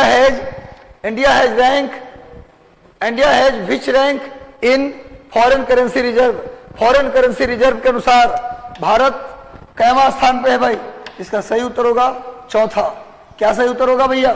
चौथा। विदेशी मुद्रा भंडार के मामले में भारत चौथे स्थान पर है। विदेशी मुद्रा भंडार के मामले में भारत चौथे स्थान पे है। कुछ लोग बोल रहे हैं मीडिया वाले कि भारत डूब जाएगा श्रीलंका के जैसा। ऐसा है क्या? दुनिया में चौथे नंबर का फॉरेन रिजर्व है हमारे पास और हम डूब जाएंगे? मीडिया वाले भी गलत अजीब अजीब प्रचार करते रहते हैं। महंगाई बढ़ना एक अलग बात है, हम डूब जाएंगे बड़ी जल्दी बिना बताए कर देते हैं। आर्थिक समीक्षा 2021-22 के अनुसार भारत में वन क्षेत्र के मामला में, फॉरेस्ट के मामला में इंडिया दुनिया में कैवा रैंक पर है? जंगल, फॉरेस्ट के मामले में, पेड़ पौधा के मामले में दुनिया में भारत का कौन सा स्थान है? जल्दी बताओ। कोई बात नहीं, चलिए बताइए, फॉरेस्ट के मामले में भारत का कौन सा रैंक है जी? सभी लोग जल्दी उत्तर दे दो। पहला, 8वां, 10वां या 12वां? पहला, 8वां, 10वां या 12वां? अनुमान लगाएंगे तब भी हो जाएगा।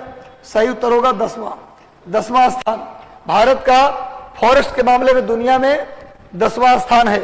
चलिए आगे बढ़ते हैं मेरे बच्चों, मेरे सिपाहियों, मेरे हीरो। चलो भैया, राष्ट्रीय टीकाकरण दिवस कब मनाया जाता है? यानी कि नेशनल वैक्सीनेशन डे कब मनाते हैं? नेशनल वैक्सीनेशन डे कब मनाते हैं? जल्दी बताइए। 14 मार्च, 16 मार्च, 15 मार्च या 12 मार्च? नेशनल वैक्सीनेशन डे कब मनाया जाता है? खूब खुश रहो और जोरदार मेहनत करिए। ये बस एक महीना, आज 8 तारीख, अगले 8 तारीख को पेपर आपका आज हो जाएगा समाप्त। इस समय सारा खेल खत्म, सारा मेहनत का परिणाम मिल जाएगा। बाबू मत चूको, 4 बांस 24 गज। अब एक महीना का वक्त है। 4 बांस 24 गज, अंगुल अष्ट प्रधान, ताते पे सुल्तान है। मत चुकियो चौहान। भैया लग जाओ, आग लगा दो पानी में। भैया किस बात का मेहनत की रिजल्ट ही ना हो? सही उत्तर होगा 16 मार्च। राष्ट्रीय टीकाकरण दिवस कब मनाते हैं जी? 16 मार्च को। राष्ट्रीय टीकाकरण दिवस 16 मार्च को मनाया जाता है। नेशनल वैक्सीनेशन डे सामने लिखा है 16 मार्च, राष्ट्रीय टीकाकरण दिवस 16 मार्च। आगे आ जाओ मेरे भाई। अगला प्रश्न, हाल ही में रिलायंस रिटेल बिग बाजार की जगह किसे लॉन्च किया गया है? जल्दी बताओ। बिग बाजार का नाम बदल के, सर ये वाला करंट अफेयर कब का हो चुका है? बिल्कुल हुआ है। ये मैं आपका वही तो रिवीजन करवा रहा हूं। आप इसको एक बार स्कोर बताइएगा, आपका कितना स्कोर हुआ है। रिलायंस रिटेल बिग बाजार का नाम बदल के क्या कर दिया गया? देखते हैं कितने लोग का सही उत्तर होता है। रिलायंस रिटेल बिग बाजार का नाम बदल के क्या कर दिया गया? सभी का सही उत्तर है स्मार्ट बाजार। सबका उत्तर बिल्कुल सही है, स्मार्ट बाजार कर दिया गया। बिल्कुल सही उत्तर, बिग बाजार का नाम बदल के क्या कर दिया गया जी, स्मार्ट बाजार। रिलायंस स्मार्ट बाजार सामने देखिए ताकि आपको भूलना नहीं है, स्मार्ट बाजार। आगे बढ़ते हैं। हाल ही में WWE के माने जो फाइटिंग होता है ना, जो उठा उठा के पटकते हैं एक दूसरे को, खली वाला, और जॉन सीना और जो बड़े बड़े रेसलर हैं उनमें से WWE के किस रेसलर का हाल ही में निधन हो गया? WWE के किस रेसलर का, किस पहलवान का निधन हो गया? Hulk Hogan, Ric Flair, Scott Hall या इनमें से कोई नहीं? जल्दी बताइए, हाल ही में WWE के किस रेसलर का निधन हो गया? जल्दी बताइए, Hulk Hogan, Ric Flair, Scott Hall, किसका निधन हो गया भैया? जल्दी से बताओ, सही उत्तर क्या होगा?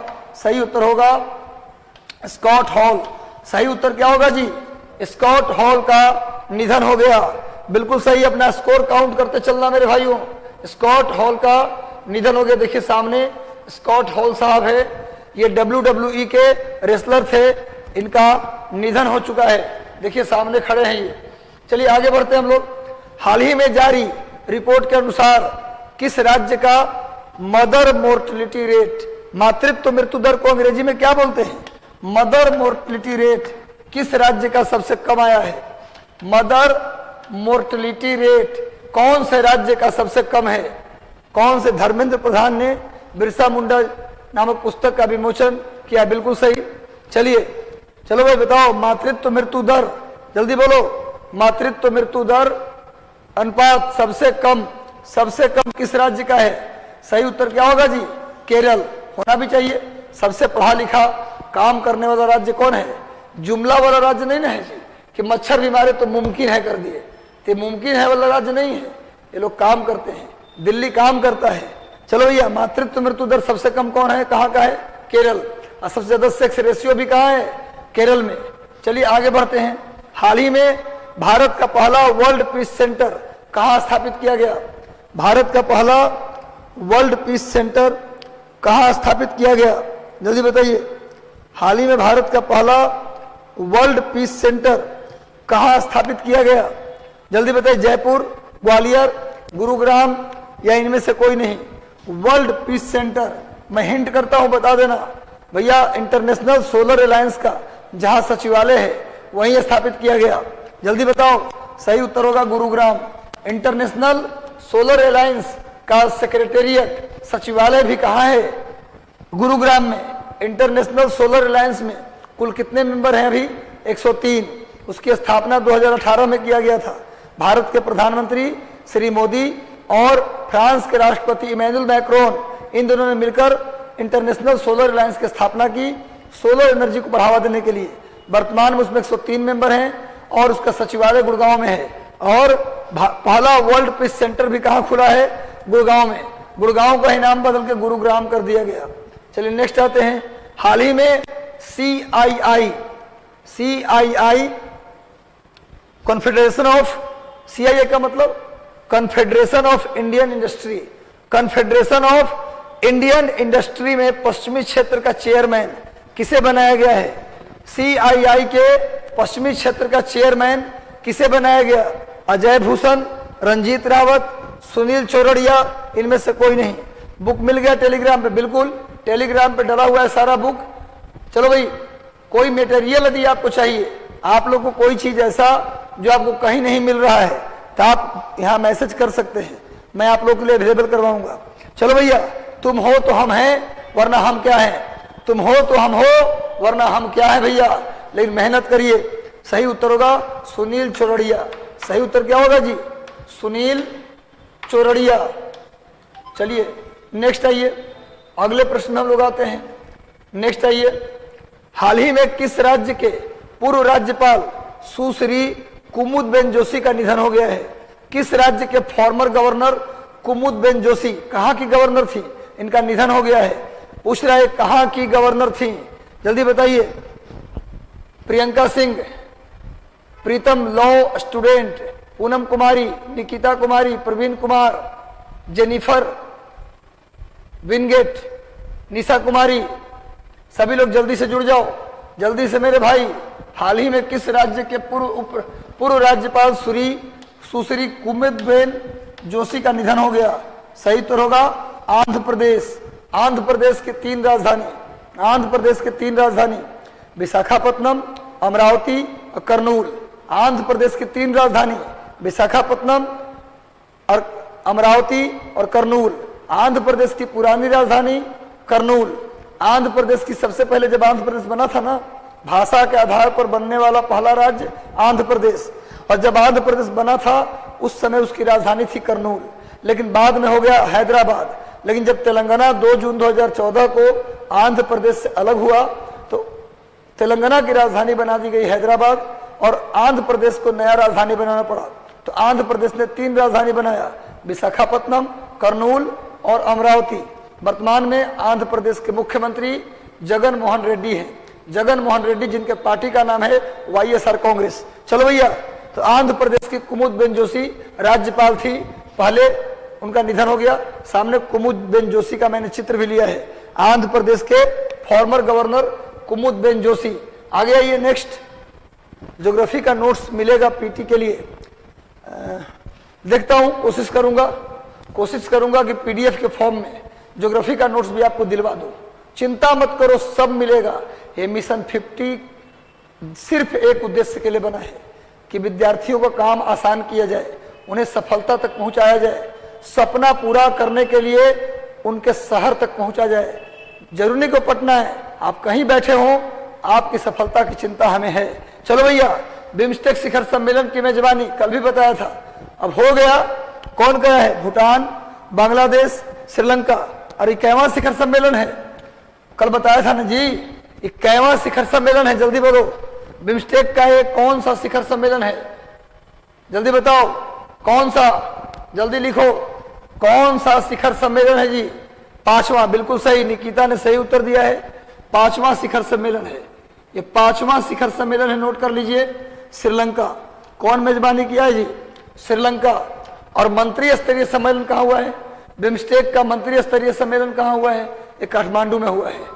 बिल्कुल भूलना मना है, भूलना मना है मेरे भाई। आगे बढ़िए, नेक्स्ट। एशियाई युवा जूनियर मुक्केबाजी चैंपियनशिप 2022 का आयोजन कहाँ किया गया? एशियाई जूनियर मुक्केबाजी चैंपियनशिप 2022 का आयोजन कहाँ किया गया? चीन, फ्रांस, जर्मनी और जॉर्डन। सर, अब कैपिटल वाला बिल खत्म कर दिया है। अच्छा, चलिए, मनोहर जी, मनोहर यादव, सभी लोग उत्तर दीजिए। एशियाई युवा जूनियर मुक्केबाजी चैंपियनशिप का आयोजन कहाँ किया गया है? सही उत्तर होगा जॉर्डन। सही उत्तर क्या होगा जी? जॉर्डन। जॉर्डन की राजधानी अम्मान। जॉर्डन की राजधानी कहाँ है जी? अम्मान। नोट कर लीजिए। जॉर्डन में क्या है? डेड सी। डेड सी, मृत सागर पूछा जाए किस देश में है? जॉर्डन में है, नोट कर लीजिए। मृत सागर कहाँ है जी? जॉर्डन में। आगे आइए, नेक्स्ट आ जाइए। भारत का पहला artificial intelligence robotic technology park कहाँ बनाया गया? देखो, इंडिया का जो भी पहला है ना, वो ज्यादा इंपॉर्टेंट है। भारत का पहला artificial intelligence and robotics park कहाँ स्थापित किया गया है? कल करंट का बुक मिलेगा, बिल्कुल शाम 4 बजे के बाद। शाम 4 बजे के बाद आप आ जाइए खिदवईपुरी, इनकम टैक्स गोलंबर के पास खिदवईपुरी मिशन 50 IAS का ऑफिस में। यहाँ शाम 4 बजे के बाद आपको प्रिंट मैगजीन मिल जाएगा फ्री में, उसके लिए कोई चार्ज नहीं है, फ्री में मिलेगा। Artificial intelligence robotics technology park ये बनाया गया है बेंगलुरु में। कर्नाटक की राजधानी बेंगलुरु। बेंगलुरु को सिलिकॉन वैली भी कहते हैं, बेंगलुरु को गार्डन सिटी भी कहते हैं। कर्नाटक की राजधानी है बेंगलुरु। और कर्नाटक में कोलार और हट्टी ये 2 माइंस है जहां से सोना मिलता है। कर्नाटक के कोलार और हट्टी में क्या मिलता है? सोना मिलता है। चलिए, इंदौर भारत का सबसे साफ सुथरा शहर है। 5वीं बार इंदौर 5वीं बार सबसे क्लीनेस्ट सिटी बना है। भारत का पहला वाटर सरप्लस सिटी भी कौन है? इंदौर। त्रिवेंद्रम केरल की राजधानी है। आगे आइए, next. Bajaj airlines general insurance के मैनेजिंग डायरेक्टर और सीईओ किसे बनाया गया है? एमडी और सीईओ। बजाज एलायंस के एमडी और सीईओ किसे बनाया गया है? बिल्कुल फ्री, मनोहर जी, कोई चार्ज नहीं। हमारा उद्देश्य है आपके कामों को आसान करना। अगर कोई बच्चा जिसे लगता है कि मेरे पास संसाधन नहीं है और उसके आंखों में सपने हैं डीएसपी बनने का, एसडीएम बनने का, तो पूरे मिशन 50 का यह उद्देश्य है कि वो बच्चे जो झोपड़ी में बैठकर सपने देख रहे हैं आसमान तक पहुंचने का, हम ताकत लगाएंगे उनको वहां तक पहुंचाने का। ये हमारा मूल उद्देश्य है। कोई गरीबी के कारण सपने न पूरा करे, ये अब बर्दाश्त नहीं। वो करेंगे जो आपके लिए होगा। चलो भैया, बजाज एलायंस जनरल इंश्योरेंस के मैनेजिंग डायरेक्टर किसे बनाया गया? जल्दी से बताओ भैया, जल्दी बताओ। तपन सिंघेल। किसे बनाया गया? तपन सिंघेल को। D is the right answer. Tapan Singhal को बनाया गया। डी। बजाज एलायंस एक इंश्योरेंस कंपनी है, यही तपन सिंघेल जी हैं जिन्हें बजाज एलायंस का एमडी और सीईओ बनाया गया है। अपना स्कोर गिनते रहिएगा। राजेंद्र नाथ रेड्डी को किस राज्य के डीजी यानी DGP, director general of police, किस राज्य के डीजीपी बनाया गया है? राजेंद्र नाथ रेड्डी को किस राज्य का डीजीपी बनाया गया? तमिलनाडु, आंध्र प्रदेश, केरल। तमिलनाडु, आंध्र प्रदेश, केरल या कर्नाटक? जल्दी बताइए किस राज्य का डीजीपी। अब जुड़े रहिए, खत्म होने वाला भाई। 44 पे पहुंच गए, मात्र 6 प्रश्न और है। काउंट कर लीजिए कितना आ रहा है। सही उत्तर क्या होगा मेरे भाई? सही उत्तर होगा आंध्र प्रदेश। सही उत्तर होगा Andhra Pradesh. Andhra Pradesh is the right answer. आगे बढ़ते हैं मेरे भाई, आगे बढ़ जाओ। यही राजेंद्र नाथ रेड्डी हैं जिन्हें आंध्र प्रदेश का डीजीपी बनाया गया है। कल को आप भी आईपीएस होइएगा तो आप भी किसी राज्य के डीजीपी तक जा सकते हैं प्रमोशन लेकर। चलिए आगे बढ़ते हैं। Be the voice of new India and find solution and contribute to policy. इस थीम के साथ कौन सा दिवस मनाया गया? कौन सा प्रोग्राम किया गया? थीम था be the voice of new India and find solutions and contribute to policy. इस थीम के साथ क्या मनाया गया? साहित्य उत्सव, राष्ट्रीय युवा संसद महोत्सव, जुकारू उत्सव, इनमें से कोई नहीं। जल्दी बताइए क्या मनाया गया? Be the voice of new India and find solution and contribute to policy.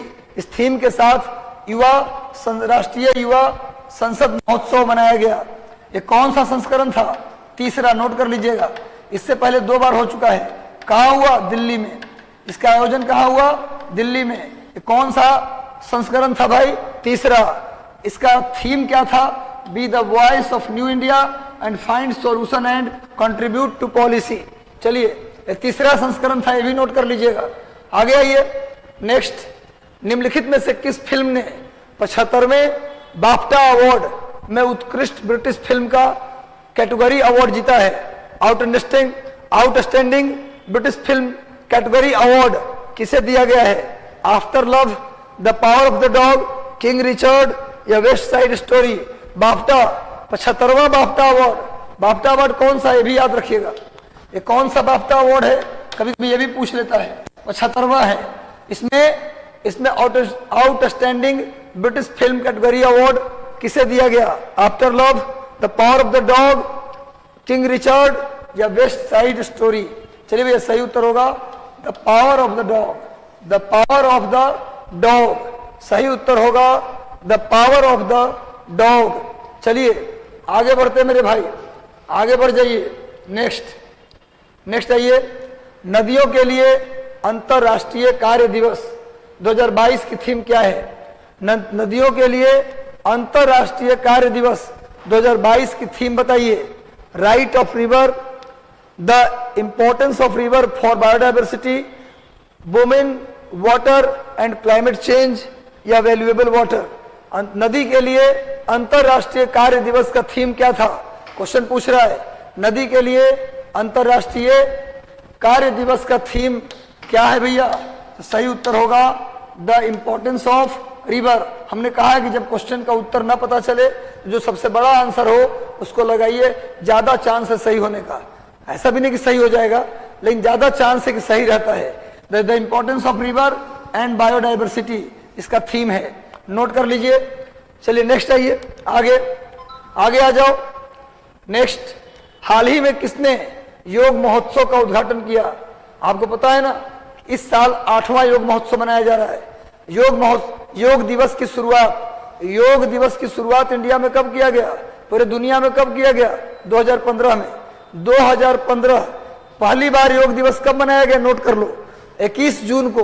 अंतरराष्ट्रीय योग दिवस कब मनाते हैं? 21 जून को। कब से मना रहे हैं? 2015 से। इस साल कहवा है? 8वां। 15, 16, 17, 18, 19, 20, 21, 22, 8वां। इस साल 8वां योग दिवस है। तो योग महोत्सव का उद्घाटन किसने किया? नरेंद्र मोदी। नरेंद्र मोदी, जल्दी बताओ। नरेंद्र मोदी, राजनाथ सिंह, सर्बानंद सोनोवाल, किसके द्वारा योग महोत्सव का उद्घाटन किया गया? सही उत्तर क्या होगा? सही उत्तर होगा सर्बानंद सोनोवाल। सर्बानंद सोनोवाल ये असम के हैं। बीजेपी के असम में पहले मुख्यमंत्री कौन थे? सर्बानंद सोनोवाल। अब वर्तमान में है हेमंत बिस्व शर्मा। चलो भैया नेक्स्ट आते हैं। अगला ये देखिए सामने, योग महोत्सव का उद्घाटन किया गया था। आगे ये विलियम हॉट, जिनका 71 वर्ष की उम्र में निधन हो गया। विलियम हॉट, जिनका 71 ईयर ओल्ड थे, इनका डेथ हो गया। ये किस क्षेत्र से जुड़े हुए थे? गायक थे, लेखक थे, अभिनेता थे या कोरियोग्राफर थे? सिंगर थे, राइटर थे, ऑथर थे या फिर एक्टर थे या कोरियोग्राफर थे?